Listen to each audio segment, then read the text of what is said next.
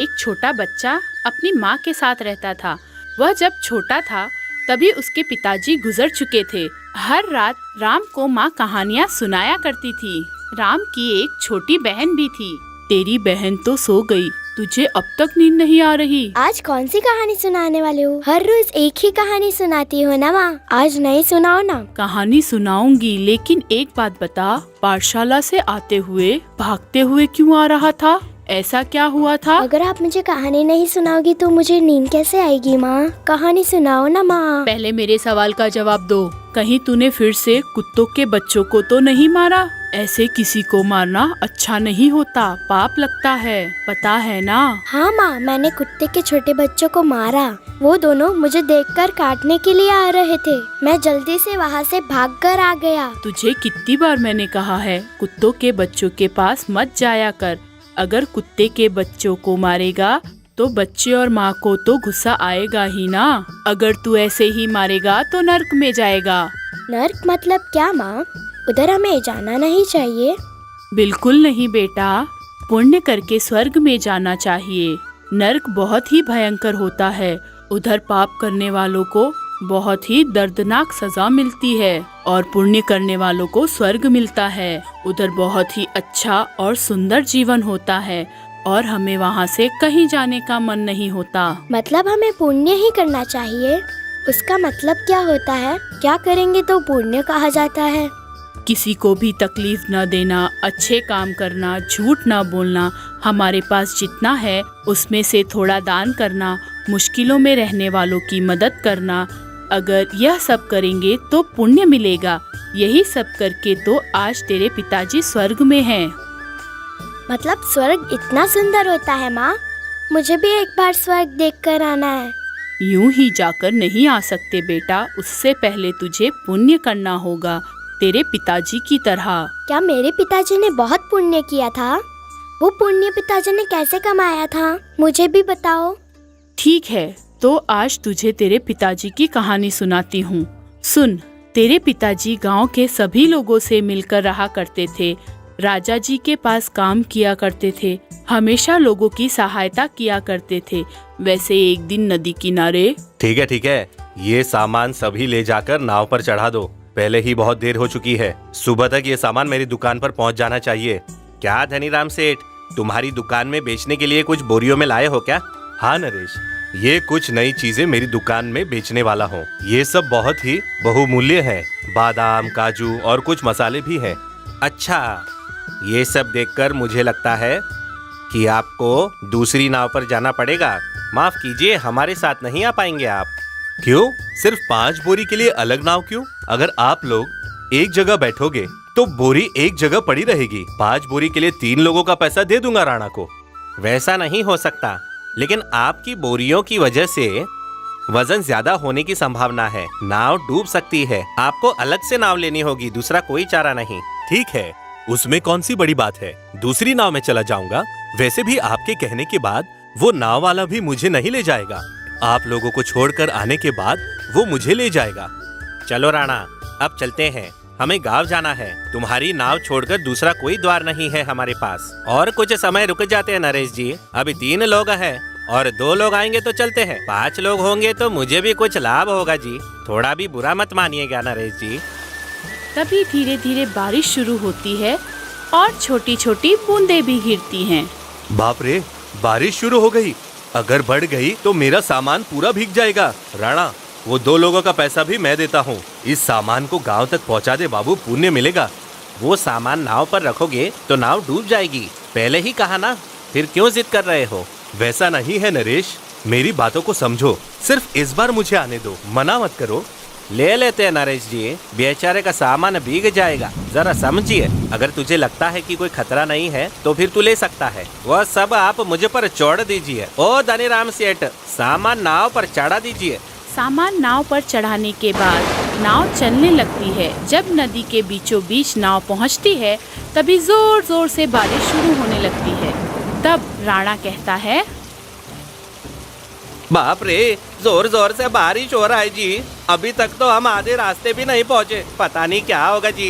जितनी जल्दी हो सके हम नदी को पार करने की देखते हैं। हवा भी बहुत जोरों से चल रही है, नाव भी इधर उधर टहल रही है। संभाल कर बैठिएगा, नीचे गिर सकते हैं हम। अरे बाप रे, लगता है नाव डूब जाएगी।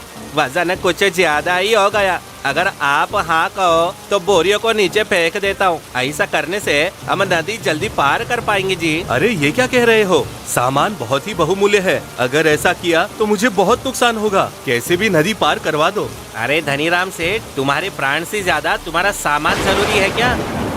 ऐसे ही वाद विवाद चलते समय अचानक नाव पलट जाती है और उन लोगों के साथ साथ नदी में सामान गिर जाता है। तूफान और तेजी से बढ़ने लगता है। सब लोग अपनी अपनी जान बचाने लगते हैं। तभी डरा हुआ राणा लोगों को छोड़कर खुद ही नदी पार करने लगता है। अरे काका, मेरा हाथ पकड़ो, पहले तुम्हें नदी पार कराता हूँ। तभी नरेश तीनों की जान बचाकर धनीराम की जान बचाने के लिए वापस जाता है। तब उससे कहता है, मैंने तुम्हें पहले ही कहा था ना, उस सामान को फेंक देते हैं, लेकिन तुम सुनते कहाँ हो। अभी देखो, हमारी जान पर आ बनी है, जल्दी हमें किनारे जाना होगा। धनीराम की जान बचाने के बाद पानी का प्रभाव बहुत ज्यादा होने के कारण तुम्हारे पिताजी डूब गए और उसी में उनकी मौत हो गई।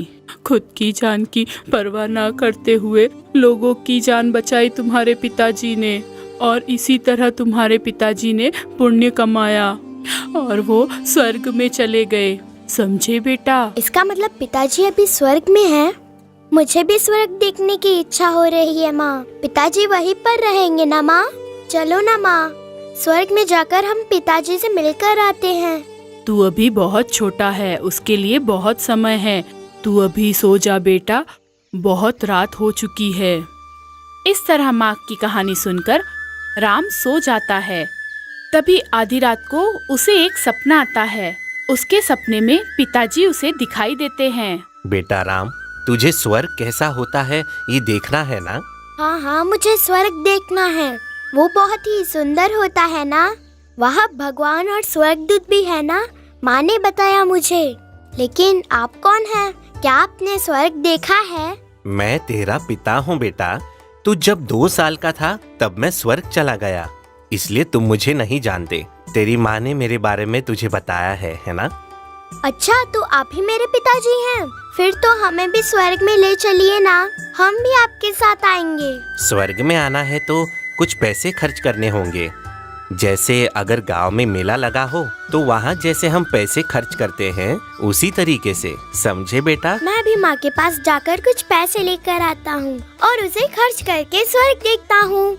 यहाँ का पैसा वहाँ काम नहीं आता, वो तो बस कागज के समान है। वहाँ पर आना है तो अच्छे काम वाले सिक्के चाहिए होंगे। मैं तुझे एक बहुत ही जरूरी बात बता रहा हूँ, ये ले, तू इसे अपने पास रख। जब तू अच्छे काम करेगा तब इसमें एक सोने का सिक्का अपने आप आ जाएगा। जब तू बुरा काम करेगा तो वो सिक्का गायब हो जाएगा। जब तू अच्छे काम करेगा तब इसमें सोने के सिक्के भर जाएंगे और तू अपने आप स्वर्ग आ जाएगा। फिर तो मैं सब अच्छे काम करके इस डब्बे को जल्द ही भर देता हूँ। उसी समय राम की आँख खुल जाती है और वह सपना टूट जाता है। लेकिन उसके पिताजी जो डब्बा देते हैं वह उसके पास ही रहता है। उसे देखकर, मतलब ये डब्बा मुझे पिताजी ने स्वर्ग से आकर दिया, अब इसे जल्दी से भर देता हूँ।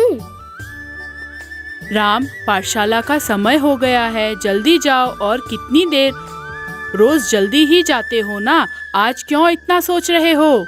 माँ, आज जो तुम मुझे पैसे देने वाली हो ना, वो जल्दी से दो।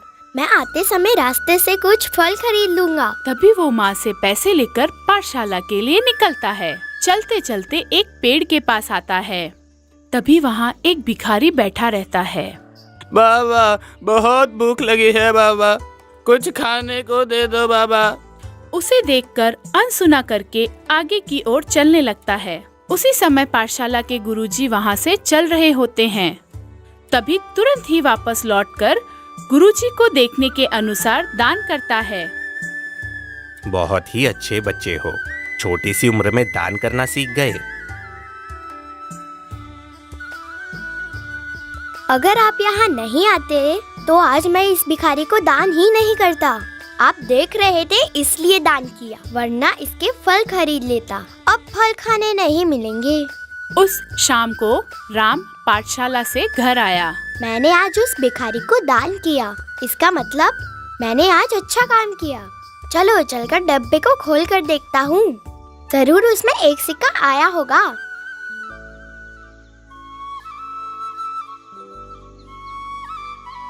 अरे ये क्या, मैंने माँ से जो पैसे लिए थे फल ले लूंगा ये सोचकर उस भिखारी को दे दिए, फिर भी इसमें कुछ नहीं है। ये डब्बा बेकार है, शायद वो एक सपना ही था। ऐसा सोचकर उस रात वो सो जाता है। तभी फिर से पिताजी सपने में आते हैं। पिताजी, मैंने जैसे आपने कहा वैसे अच्छा काम किया। उस भिखारी को पैसे दे दिए, फिर भी इसमें सिक्का नहीं आया। अच्छा काम करके भी ऐसा क्यों हुआ? तूने जो दान किया वो गुरुजी को दिखाने के लिए किया। वैसे भी तुझे जो गुरुजी से मिलना चाहिए था वो तुझे मिला ना, फिर क्यों दुखी हो रहा है? इसमें दुखी होने की कोई बात नहीं। देख, अगर तू किसी लाभ के लिए अच्छा काम करता है तो वो व्यापार कहलाता है, फिर उससे पुण्य क्यों कहा जाएगा? तू ही बता। सचमुच पुण्य करके आ, फिर डब्बे के अंदर देख, तब सिक्के दिखाई देंगे।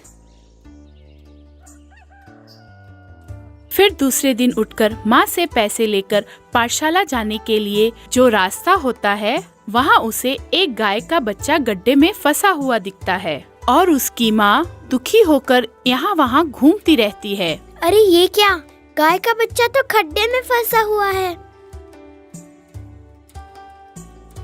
चलो अच्छा हुआ ये गाय का बच्चा बाहर निकल गया। अरे ये गोपी कहीं नजर नहीं आ रहा, वो हमेशा यहीं पर तो मिलता है मुझे। वैसे उसका घर पास में ही है, जाकर मिल के आता हूँ। जब वो गोपी के घर जाता है तब वो देखता है कि गोपी को बुखार है और वो गरीब घर के होते हैं। बेटा, आज गोपी को बुखार आया है, बहुत ही हालत खराब है। वैद्य दवाई देकर गए हैं, लेकिन मैं इसे खाना नहीं खिला पा रही हूँ। मेरे पास पैसे नहीं हैं बेटा, क्या करूँ कुछ भी समझ नहीं आ रहा। डरिए मत माँ जी, मैं अभी जाकर फल लेकर आता हूँ। तभी राम फल बेचने वाले के पास जाकर उसको पैसे देता है। उससे संतरे लेकर गोपी के घर जाता है और उनसे कहता है, माँ जी ये लीजिए संतरे, ये इसे खिला दीजिए। फिर शाम को माँ से और पैसे लेकर मैं कुछ फल लेकर आऊंगा। आप दुखी मत हो और चिंता तो बिल्कुल मत कीजिए। तू इतना छोटा होकर भी कितना बड़ा दिल रखता है। तू हमेशा सुखी रहे, यही भगवान से प्रार्थना है मेरी। उसी दिन राम किसी भी तरह का मन में लालच न रखते हुए 2 अच्छे काम करता है। फिर घर जाकर वह डब्बा देखता है। आज डिब्बे में 4 सिक्के दिख रहे हैं, ये मेरे अच्छे कामों का ही फल है। आज के बाद मैं सिर्फ और सिर्फ अच्छे काम ही करूँगा। इस डब्बे को जल्दी से भर के स्वर्ग में चला जाऊंगा। एक दिन राम की बहन खिलौनों से खेल रही होती है। तभी राम उससे कहता है, क्या रे, मेरे खिलौने से क्यों खेल रही है? ये खिलौना मेरा है, समझी? मुझे वापस कर, वरना एक मारूंगा। इस खिलौने से मैं ही खेलूंगी, मुझे खेलने दे, जा यहाँ से। ये बात है, रुक तुझे अभी दिखाता हूँ। ऐसा कहकर अपनी बहन को मारता है और उससे खिलौना खींच लेता है। तभी छोटी बहन रोने लगती है। फिर उस डिब्बे को खोलकर देखता है। अरे ये क्या, इसमें तो अब 3 सिक्के ही बचे हैं। आज मैंने मेरी बहन को दुखी किया, इसलिए ये एक सिक्का गायब हो गया। अरे बाप रे, आज के बाद किसी को भी दुखी नहीं करूँगा और कभी भी कोई गलत काम नहीं करूँगा। तभी से राम अच्छा काम करते हुए 4 लोगों की मदद करते हुए बड़ा होता है। तभी लोगों की मदद करना राम की आदत बन जाती है और अपने दान करने की आदत को वो कभी नहीं भूलता। ऐसे ही करते करते वो डब्बा पूरी तरह भर जाता है। तभी राम अपने आप में सोचता है, अरे वाह, बहुत सालों बाद ये डब्बा भर गया है, जल्दी जाकर स्वर्ग को देखता हूँ। ऐसा सोचकर रास्ते से जाता रहता है। तभी उसे एक साधु दिखाई देता है। उन्हें देखकर राम उनसे एक सवाल पूछता है। क्या हुआ स्वामी जी, आपको क्यों दुखी हो आप? कुछ ढूंढ रहे हैं क्या? कहीं पैसे तो नहीं गुम हो गए? हाँ बेटा, तेरे हाथ में जो डब्बा है ना बेटा, वैसे ही एक मेरे पास था। मैंने उसे बहुत ही मेहनत से भरा था। लेकिन अब वो मुझे नहीं दिखाई दे रहा। मैंने भी सोचा था कि मैं स्वर्ग में जाऊंगा, लेकिन फिर से मुझे और एक डब्बा भरना होगा, लेकिन उसे भरने में बहुत साल लगते हैं। उसी बात का दुख है मुझे बेटा। अरे स्वामी जी, दुखी मत होइए, मेरे पास जो डब्बा है वो ले लीजिए। आप बूढ़े हो गए हैं ना, फिर आपको ऐसा डब्बा भरने के लिए बहुत समय लगेगा। मैं तो जवान हूँ, मेरे पास अभी भी समय है। ऐसे और बहुत डब्बे मैं भर सकता हूँ। बिना कुछ सोचे आप इस डब्बे को ले लो। तभी वो स्वामी पिताजी के रूप में आते हैं और कहते हैं, देखा राम, अभी गलती करने में भी तुम कितना डर रहे हो, है ना? सभी अच्छे काम करने वालों को स्वर्ग कभी भी आंखों के सामने ही दिखता है। एक बार अपनी आंखें बंद कर लो बेटा। तभी राम अपनी आंखें बंद करता है। उस समय राम को माँ की बताई हुई कहानियों से भी सुंदर स्वर्ग दिखाई देता है। उन्हें देखकर राम बहुत खुश होता है और अपनी आंखें खोल देता है। तू हमेशा ऐसा ही रहना, ऐसे बहुत सारे डब्बे तू भरते रहे, यही मेरी मनोकामना है। ऐसे ही तू पुण्य का काम करते जा और 100 साल जिंदगी जीकर आखिर में स्वर्ग में आकर हमेशा के लिए रहे। पिताजी के कहकर जाने के बाद राम अच्छे काम करते हुए, कभी किसी को दुख न देते हुए सभी की सहायता करते